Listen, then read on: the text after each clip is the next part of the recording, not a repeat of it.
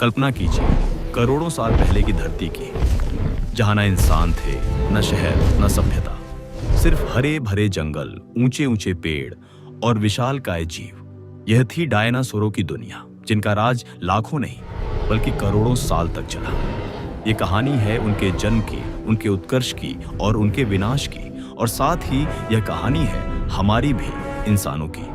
क्योंकि अगर डायनासोर समाप्त ना होते तो शायद हम आज यहां ना होते। डायनासोर अलग अलग आकार के थे, कुछ मुर्गी जितने छोटे तो कुछ फुटबॉल मैदान जितने लंबे। ट्राइसेराटॉप्स जैसे शाकाहारी अपने विशाल सींग से रक्षा करते थे। वेलोसिरैप्टर छोटे लेकिन तेज और चतुर शिकारी थे, और टायरानोसोरस रेक्स धरती का सबसे खतरनाक शिकारी, जिसकी दहाड़ कई किलोमीटर दूर तक सुनाई देती थी। डायनासोर सिर्फ जमीन पर ही नहीं, हवा और पानी में भी थे। प्टेरोसौर जैसे उड़ने वाले जीव आसमान में मंडराते थे, और मोसासोरस जैसे समुद्री शिकारी महासागरों पर राज करते थे। डायनासोरों के समय की धरती आज की धरती से बहुत अलग थी। तापमान अधिक था, बर्फीले ध्रुव लगभग नहीं थे, जंगल अनंत तक फैले हुए थे, प्रकृति संतुलन में थी। शाकाहारी पेड़ पौधे खाते, मांसाहारी उनका शिकार करते, और इसी तरह जीवन का चक्र चलता रहता।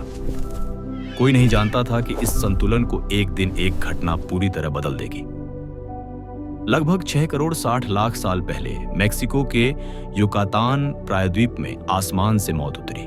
एक 10 किलोमीटर लंबा उल्कापिंड 92,000 किलोमीटर प्रति घंटे की रफ्तार से धरती से टकराया।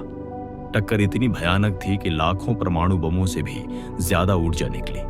धरती हिल उठी, महासागर उबल पड़े, लाखों टन धूल और पत्थर वायुमंडल में उड़ गए। सूरज की रोशनी महीनों तक धरती तक नहीं पहुंची। पेड़ पौधे मर गए, घास सूख गई, शाकाहारी डायनासोर भूखे मरने लगे, उनके पीछे मांसाहारी भी मरने लगे। 75% प्रजातियां हमेशा के लिए मिट गई। डायनासोरों का युग समाप्त हो चुका था।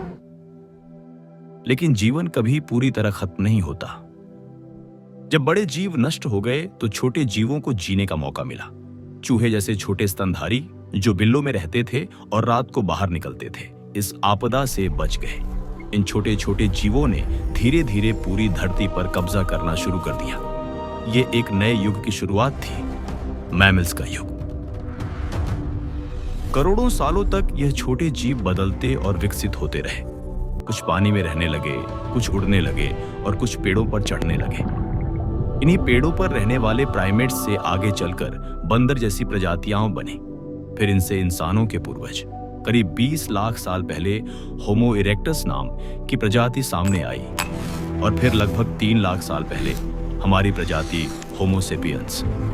हम आग जलाना सीखे, औजार बनाए, खेती शुरू की और सभ्यताएं खड़ी की। आज हम तकनीक से लेकर अंतरिक्ष तक पहुंच गए हैं, लेकिन यह सब संभव हुआ सिर्फ इसलिए क्योंकि डायनासोर खत्म हो गए थे।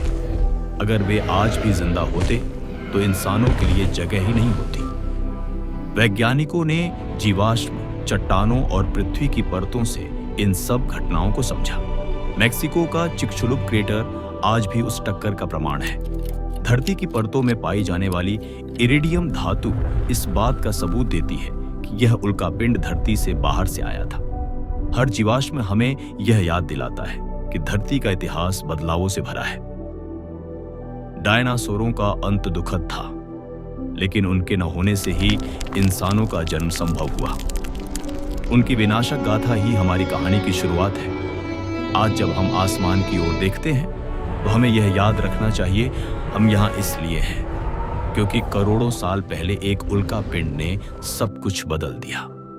अगर आपको यह कहानी पसंद आई हो तो इस चैनल को लाइक करें, शेयर करें और सब्सक्राइब करना ना भूलें, क्योंकि आने वाले समय में हम आपको और भी अद्भुत कहानियां सुनाएंगे, धरती, ब्रह्मांड और जीवन की।